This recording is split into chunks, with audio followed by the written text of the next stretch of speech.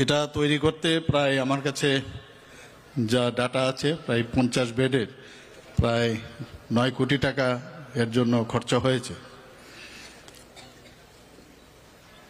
যে কোনো আগে আমরা আমাদের সরকার প্রতিষ্ঠিত হওয়ার পর থেকে আমাদের কয়েকটা বিষয় আছে যেগুলোর উপর আমরা খুব গুরুত্ব দিয়েছি। এর মধ্যে স্বাস্থ্য হচ্ছে অন্যতম। যে কোনো রাজ্যের বা দেশের তার যে অর্থনৈতিক যে বিকাশ, সেই বিকাশের অন্যতম একটি শর্ত হচ্ছে যে সেখানকার স্বাস্থ্য ব্যবস্থা কীরকম। এবং যখন স্বাস্থ্য ব্যবস্থা যখন ভালো হয় তখন বোঝা যায় এই দেশের যে সার্বিক যে সমৃদ্ধি তারও কিন্তু চিত্র সেখানে দেখা যায়। আমাদের মাননীয় প্রধানমন্ত্রী নরেন্দ্র মোদীজি, আমরা সবাই জানি যে যখন কোভিডে আমরা আক্রান্ত হয়েছি, আমাদের ভারতবর্ষের হেলথের সেই রকমভাবে কিন্তু কোনো রকম ডেভেলপমেন্ট ছিল না। সারা পৃথিবী যারা আক্রান্ত হয়েছেন, যেখানে যেসব দেশ অলরেডি স্বাস্থ্য ব্যবস্থায় অনেক অনেক বেশি উন্নত ছিল, তারপরেও তারাও কিন্তু হিমশিম খেয়ে গেছেন। আমাদের অবস্থা তো সেরকম ছিল না, আমরাও বুঝছিলাম না এটা কোভিডটা কি, করোনাটা কি। কিন্তু মাননীয় প্রধানমন্ত্রীজি যখন বললেন ভয় পাবেন না, আপনারা শুধু যারা ডাক্তারবাবুরা আছেন, স্বাস্থ্যকর্মীরা আছেন, যারা ফ্রন্ট রানার, তাদেরকে সবাই মিলে শঙ্খধ্বনি দিয়ে, হাততালি দিয়ে, ঘন্টা বাজিয়ে, কাশি বাজিয়ে সবাই ওনাদেরকে এনকারেজ করুন। অনেকে অনেক রকম বিদ্রুপ করেছিল, কিন্তু শেষ পর্যন্ত কি হলো, অন্যান্য যে ডেভেলপ কান্ট্রি তাদের অবস্থা খুবই শোচনীয়। আর আমাদের যশস্বী প্রধানমন্ত্রী নরেন্দ্র মোদীজির যে মার্গ দর্শনে আমাদের যেভাবে বলেছেন উনি, আমরা সেই দিশায় চললাম। আমরা সবাই কিন্তু সেটা পালন করেছি। ওনার এনকারেজমেন্টে আমাদের ডাক্তারবাবুরা, যারা সায়েন্টিস্টরা আছে, তারা আমাদের এখানে দুটো ভ্যাকসিন আবিষ্কার করেছে। 9 মাসের মধ্যে যেরকম কথা সেই রকম ফল। সেই ভ্যাকসিন আমরা সবাই পেয়েছি এবং আমরা সবাই এখন সুস্থ আছি। শুধু আমাদের দেশের যারা জনসাধারণ আছে তাদেরকে শুধু ভ্যাকসিন দেয়নি। আমরা জানি মাননীয় প্রধানমন্ত্রী যেটা বলেন, বসুধৈব কুটুম্বকম, অর্থাৎ ওয়ান আর্থ, ওয়ান ফ্যামিলি, ওয়ান ফিউচার। আমরা সবাইকে নিয়ে থাকতে চাই। অন্য প্রায় 100টার উপরে দেশকে সেই ভ্যাকসিন, আমাদের আবিষ্কৃত ভ্যাকসিন, সেটা সেখানেও দেওয়া হয়েছিল। আমরাও সেই দিশায় চলছি, আমাদের এই রাজ্য সেই দিশায় চলছে। মাননীয় প্রধানমন্ত্রীজি যখন প্রধানমন্ত্রী জন আরোগ্য যোজনার ঘোষণা দিলেন যে 5 লক্ষ টাকা করে যারা গরিব মানুষ, বিভিন্ন যারা আর্থিকভাবে দুর্বল, তাদের জন্য 5 লক্ষ টাকা করে প্রতি বছর তাদেরকে সেই ইন্স্যুরেন্সের যে কাভারেজে আনবে এবং ক্যাশলেস যে পেমেন্ট, সেটা যখন দেওয়ার ব্যবস্থা করলেন, সারা পৃথিবীতে আলোড়ন সৃষ্টি হলো যে এটা কি করে সম্ভব, যে এত বড় একটা প্রকল্প উনি ঘোষণা করলেন, সেটা কিভাবে সম্ভব। কিন্তু যেরকম বলা সেই রকম কাজ। আজকে উনি বারবার গ্যারান্টির কথা বলছেন যে আমি গ্যারান্টি দিচ্ছি। এত সব কাজ করার পর উনি বুঝে গেছেন, কনফিডেন্স লেভেল আগেও ছিল। 13 বছর উনি গুজরাটে, যেটাকে আমি বলি পরীক্ষাগার হিসাবে, উনি সেখানে কাজ করেছেন এবং বুঝতে পেরেছেন কিভাবে মানুষের সেবা করা যায় বা একটা রাজ্যকে কিভাবে ডেভেলপ করা যায়।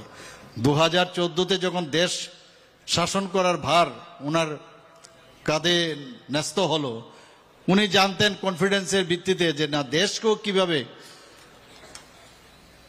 সামনের দিকে নিয়ে যাওয়া যায় সেটা উনি জানতেন এবং সেই দিশায় কিন্তু সেই প্রকল্পের ঘোষণা করলেন। যে মানুষের যদি স্বাস্থ্য ভালো না থাকে তাহলে কোনো অবস্থায় আমাদের দেশ উন্নতি হবে না। এবং সেখানে আপনারা সবাই জানেন যে এখানে প্রায় আমাদের টার্গেট ছিল প্রায় 13 লক্ষ লোক ত্রিপুরাতে এই প্রধানমন্ত্রী জন আরোগ্য যোজনার যে আয়ুষ্মান কার্ড সেটা বিতরণ করার। আমরা প্রায় 100% সেই কার্ড আমরা ডিস্ট্রিবিউশন করে দিয়েছি। এর মধ্যে যখন আমার কাছে প্রচুর লোক সারা ত্রিপুরার বিভিন্ন প্রান্তের থেকে মানুষ আসে, ইভেন্ট কর্মচারী থেকে আরম্ভ করে অনেকে আসেন, আসার পর বলেন যে প্রতি সপ্তাহে আমার সাথে একবার করে দেখা করতে আসেন। তো অনেকে দূর থেকে আসতে অসুবিধা হয়। তো এর মধ্যে আমি যারা আমাদের আধিকারিকরা আছেন তাদেরকে আমি বলেছি, যারা ডিস্ট্রিক্ট ম্যাজিস্ট্রেটের অফিসে বা সাব ডিভিশনাল অফিসে যাদের যে সমস্যা, যেদিন আমি মানে আগরতলায় বসে ওদের সাথে আমাদের এখন যেহেতু ভিডিও কনফারেন্সের মাধ্যমে আমাদের মাননীয় প্রধানমন্ত্রী যে আমাদের শিখিয়ে দিয়েছেন যে ভিডিও কনফারেন্সের মাধ্যমে অনেক কাজ করা যায়, তো তার ব্যবস্থা যাতে করে ওখানে আধিকারিকরা থাকবে, যেটা আমি এখন করি বর্তমানে প্রতি সপ্তাহে আগরতলায় বসে, সেটা দূর দূরান্তের লোক সেখানে থাকবে এবং তাদের সমস্যাগুলো বলবে এবং ইনস্ট্যান্টলি যতটুকু পারা যায় যাতে ওনাদের যে সমস্যা সমাধান করা যায় কিনা সেই ব্যবস্থা করার জন্য, সেটা আমি বলে দিয়েছি। আপনারা যখন আমি দেখলাম যে বেশিরভাগ ধরুন 100 লোক যদি আমার কাছে আসে, 100-র মধ্যে প্রায় 90%-এর উপরেই স্বাস্থ্য সম্পর্কিত সমস্যা নিয়ে আমার কাছে আসেন। অনেক সময় মুখ্যমন্ত্রীর যে ত্রাণ তহবিল আছে সেখান থেকে দেওয়ার ব্যবস্থা করি, থাসপের থেকে ব্যবস্থা করি, ওনাদেরকে কিভাবে সাহায্য করা যায়। সেই সাহায্যের অবস্থায় দেখলাম যে এত হচ্ছে না, সমস্যা আছে। তখন আমি আপনাদের সবার পরিচিত মুখ এবং আপনাদেরই এলাকার সবার প্রিয় আমাদের ত্রিপুরা সরকারের যে ফিনান্স মিনিস্টার প্রণজিৎ বাবুর সাথে আমি কথা বললাম। তারপর ওনার সাথে কথা বলে অনেক আমরা চিন্তা ভাবনা করলাম এটা সম্ভব কিনা, যে আমাদের 4.15 যে যারা বাকি রয়েছে, যারা প্রধানমন্ত্রী আয়ুষ্মান ভারতের অন্তর্ভুক্ত নন, তাদেরকে সেটা দেওয়া যায় কিনা। এবং গত আমরা বাজেটে আমরা সেটা ডিক্লেয়ার করলেন মাননীয় ফাইন্যান্স মিনিস্টার, যে বাকি যারা এখানে যারাই আছেন সবাই মানে 10% ত্রিপুরার যারা বাকিরা আছেন সবাই মুখ্যমন্ত্রী জন আরোগ্য যোজনার একই ধারায় 5 লক্ষ এবং প্রধানমন্ত্রীর যে জন আরোগ্য যোজনা সেইভাবে সেই কাভারেজ পাবে। তার জন্য আমরা সেই কার্ডের খালি চেহারাটা একটু এদিক সেদিক হবে, কিন্তু সমস্ত কাজ সেই ধারাতেই হবে। আমরা দিল্লির সাথে কথা বলেছি, স্বাস্থ্য বিভাগের যিনি এটা দেখেন উনিও এসেছিলেন আমাদের ইনোগ্রেশনের সময় নেতাজি সুভাষ বিদ্যানিকেতনে কিছুদিন আগে আমরা সেটা ইনোগ্রেশন করি। তো সেই দিশায় আমরা কাজ করছি। আমরা 100টা উপস্বাস্থ্য কেন্দ্র করব, সেই মানে হেলথ ব্যবস্থাকে আরো ঢেলে সাজানোর ব্যবস্থা আমরা করছি। আরো 100টা উপস্বাস্থ্য কেন্দ্র করার আমরা চিন্তা ভাবনা করছি এবং তার জন্য বাজেটও রাখা হয়েছে এবং সেই দিশায় আমরা এখানে কাজ করছি। ডাক্তারদের প্রমোশন হতো না, 23 বছর ধরে প্রমোশন ছিল না। দেখা গেল যে ডাক্তারবাবু অলরেডি প্রমোশন পাননি তার ছেলে মেয়ে একই গ্রেডে এখন যদি মেডিকেল কলেজে পড়েন বা মেডিকেলে পাশ করার পরে যদি তারা চাকরি করেন, তাদেরকে আমরা 23 বছর পর প্রমোশনের ব্যবস্থা করলাম। আমরা জানেন আমাদের প্রায় যে 20টা ডিপার্টমেন্ট আছে আগরতলা গভর্নমেন্ট মেডিকেল কলেজে, তার মধ্যে প্রায় 85টাতে পোস্ট গ্রাজুয়েশনের ব্যবস্থা, সেটা যাতে আরো বেশি ইনক্রিজ করা যায়। 100টার মধ্যে এনএমসি রিকগনাইজেশন দিয়েছে এবং আরো 100টা যাতে পোস্ট গ্রাজুয়েশনের সিট বাড়ানো যায় সেই ব্যবস্থা করা হয়েছে। 125টা এমবিবিএস এর সিট, টিএমসিতে 100টা এমবিবিএস এর সিট। তাছাড়া আমাদের আপনারা সবাই জানেন যে কিছুদিন আগে আমাদের এটা একটা ড্রিম প্রজেক্ট ছিল, গভর্নমেন্ট ডেন্টাল কলেজ, সেটা কোনোদিন আমরা ভাবতেও পারিনি সেই গভর্নমেন্ট ডেন্টাল কলেজ মাননীয় প্রধানমন্ত্রীজি নিজে এসে সেটার উদ্বোধন করেছে। ফার্স্ট ইয়ার শুরু হয়ে গেছে। তার যারা বাইরের থেকে যারা ইন্সপেক্টররা এসেছিল, ওনারা আইজিএম হসপিটালে ওনারা এসে দেখে যে এত সুন্দর ইনফ্রাস্ট্রাকচার, কি করে এটা সম্ভব হয়। আমি ডেন্টাল কাউন্সিল অফ ইন্ডিয়ার ওনারা আমাকে ফেলিসিটেশন দিয়েছিল। সেখানে যাওয়ার পর ওখানকার যে ডেন্টাল কাউন্সিল অফ ইন্ডিয়ার যিনি প্রেসিডেন্ট এবং অন্যান্য যারা ইন্সপেক্টররা, ওনারা খুব আমাদের অ্যাপ্রিসিয়েট করছিল। এর মধ্যে সেকেন্ড ইয়ারের জন্য এখানে ডিসিএর থেকে যে ইন্সপেকশন এসেছিল, তারাও কিন্তু আগামী বছর যে ভর্তি হবে তার জন্য অনুমোদন দিয়ে গেছে। আমাদের এখানে যেটা বিএসসি নার্সিং ছিল আইজিএম হসপিটালে, সেটাও 50 সিটের বিএসসি নার্সিং কলেজ আমরা এটাও স্টার্ট করে ফেলেছি। আমাদের উদয়পুরে এএনএম ব্যবস্থা ছিল, এএনএম সেটাকে জিএনএম এর ব্যবস্থা করেছি। তো বিভিন্ন জায়গায় আমরা যাতে স্বাস্থ্য ব্যবস্থা উন্নতি করা যায় সেইভাবে আমরা চেষ্টা করছি। সব জায়গায় যেন আমরা এখানে একটা হাব তৈরি যেন আমরা করতে পারি। আমরা সবাই জানি যে ত্রিপুরাতে 2টো মেডিকেল কলেজ আছে। আরেকটা মেডিকেল কলেজের জন্য আসছে আমাদের কাছে। কারণ আসছে কেন?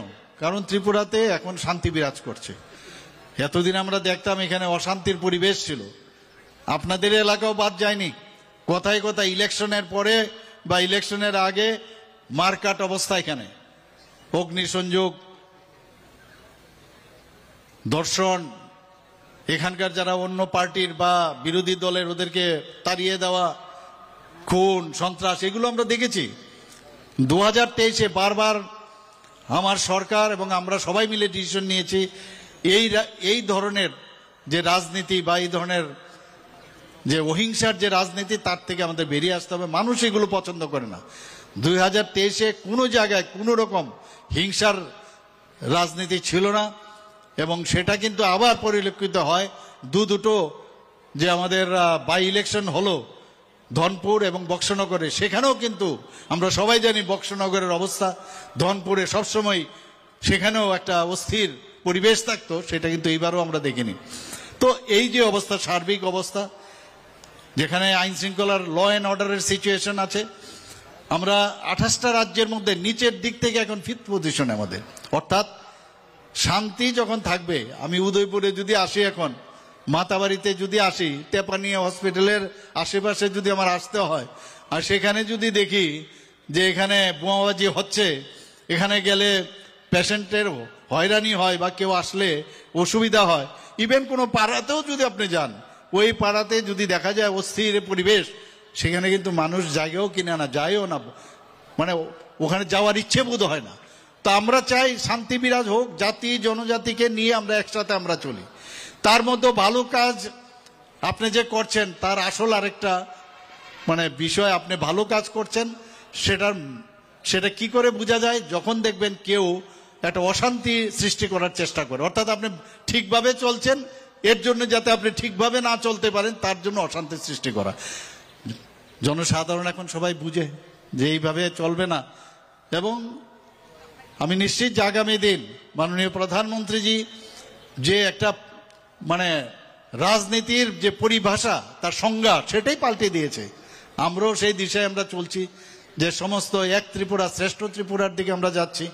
আমরা গতকালও আগরতলা রেলওয়ে স্টেশনে আপনারা দেখুন, মাননীয় প্রধানমন্ত্রীজি এটা দ্বিতীয় স্তরে, দ্বিতীয় পর্যায়ে, এখানে দ্বিতীয় পর্যায়ে কি করলেন উনি? সারা ভারতবর্ষের মধ্যে 554টা স্থানে রেল স্টেশনকে আলট্রা মডার্ন, আধুনিক যে মডার্ন করার জন্য, পুনর্বিন্যাস করার জন্য সে রেল স্টেশনকে প্রায় 41,000 কোটি টাকা উনি কালকে ঘোষণা দিয়েছেন। আমাদের আগরতলা রেলওয়ে স্টেশনে, সেখানে এর আগেও সেটাকে আধুনিক থেকে আরো আধুনিকতম, বিদেশে আমরা দেখতাম এই ধরনের রেলওয়ে স্টেশন, এয়ারপোর্টের যে আমরা এয়ারপোর্টে গেলে যেরকম অবস্থা দেখি, এখন রেল স্টেশনগুলো সেইভাবেই হবে। এবং সেখানে এর আগে প্রায় 260 কোটি টাকা দেওয়া হয়েছিল, এবার আরো প্রায় আমরা 46 কোটি টাকা পেয়েছি। তা আগরতলার রেল স্টেশনে আপনারা যখন যাবেন, সেখানে একদম এয়ারপোর্টের মতো অবস্থান দেখবেন। এর আগেও আপনাদের উদয়পুরে এখানে আপনার ধর্মনগরে এবং আমাদের আরেকটা স্টেশনে এখানে যেটা সেখানে 3টে জায়গার মধ্যে প্রায় 93 থেকে 96 কোটি টাকা প্রধানমন্ত্রীজি দিয়েছেন। তো সেইভাবে আমাদের মাননীয় প্রধানমন্ত্রীজি খালি ডেভেলপ করছে, প্রধানমন্ত্রীজি মানে ডেভেলপমেন্ট, সেটা স্বাস্থ্যই হোক, সেটা এগ্রিকালচারেই হোক, খেলাধুলাতেই হোক, এডুকেশনেই হোক, সব দিকে আমরাও কিন্তু সেইভাবে ডেভেলপমেন্টের দিকে যাচ্ছি। মানুষকে নিয়ে আমাদের চলতে হবে, মানুষের সুখ দুঃখের সাথী হয়ে আমরা থাকতে চাই। এবং আপনারা শুনে খুশি হবেন, প্রায় এর মধ্যে ডোনার মিনিস্ট্রি থেকে প্রায় 700 কোটি টাকার উপরে আমাদেরকে আর্থিক মঞ্জুরি দেওয়া হয়েছে। এর মধ্যে ডেন্টাল কলেজের জন্য প্রায় 204 কোটি মতো দেওয়া হয়েছে, আর একটা মাদার অ্যান্ড চাইল্ডের একটা জন্য দেওয়া হয়েছে, তার যে 700 কোটি টাকার যে উপরে, তার মধ্যে তার কিছু অংশ দেওয়া হয়েছে এজিএমসি আগরতলা গভর্নমেন্ট মেডিকেল কলেজে। এবং নেশা মুক্ত সেন্টার একটা বিশ্রামগঞ্জে হবে, তার জন্য বরাদ্দ করা হয়েছে। তো সেইভাবে আপনার পয়সার কোনো সমস্যা নেই, উদ্দেশ্য হচ্ছে আপনি কাজটা করবেন কিনা, আপনার সদ ইচ্ছা আছে কিনা। কিছুদিন আগে আমরা দেখেছি মাননীয় প্রধানমন্ত্রীজি জম্মু এন্ড কাশ্মীরে গেছেন, উনি কি বলেছেন, সেখানে গিয়ে প্রায় 32,000 কোটি টাকার উনি বিভিন্ন ওই জম্মু এন্ড কাশ্মীরে এই 370 দ্বারা উনি যে বিলুপ্ত করেছেন, তার জন্য সেখানে এখন ডেভেলপমেন্ট হচ্ছে, সেখানেও প্রায় 32,000 কোটি টাকার বিভিন্ন যে প্রজেক্ট, তারও কিন্তু উনি ঘোষণা করেছেন। প্রতিনিয়ত মানুষের জন্য কিভাবে কাজ করা যায়। এর মধ্যে আপনারা দেখেছেন আমাদের গত বাজেটে আমরা ঠিক করেছি, আমরা যেটা আমরা এখানে নেশা নিয়ে আমাদের খুব চিন্তায় আমরা আছি, নেশামুক্ত ত্রিপুরা থেকে আমরা বাঁচবার জন্য আমরা নর্থ ইস্টের মধ্যে, আমি দিল্লিতেও গিয়ে এটা আমি বলে এসছি, এবার নর্থ ইস্টের মধ্যে আসামের পরে ত্রিপুরাতে আমাদের হাইয়েস্ট আপনার এই ড্রাগ সিজার এবং ডিস্ট্রাকশন আসামের পরে। এবং সেটা কি হয়, এখানে মিজোরাম, মায়ানমার থেকে মিজোরাম এবং আসামে দিয়ে ত্রিপুরাতে আসে, এই ত্রিপুরা হয়ে করিডোর হয়ে সেটা বাংলাদেশ যায়। আর আমাদের এখান থেকে গাঁজা উৎপাদন এত বেশি, এত গাঁজা উৎপাদন ত্রিপুরাতে 35 বছরে এত জায়গা হয়েছে, আমরা কিন্তু জানতাম না।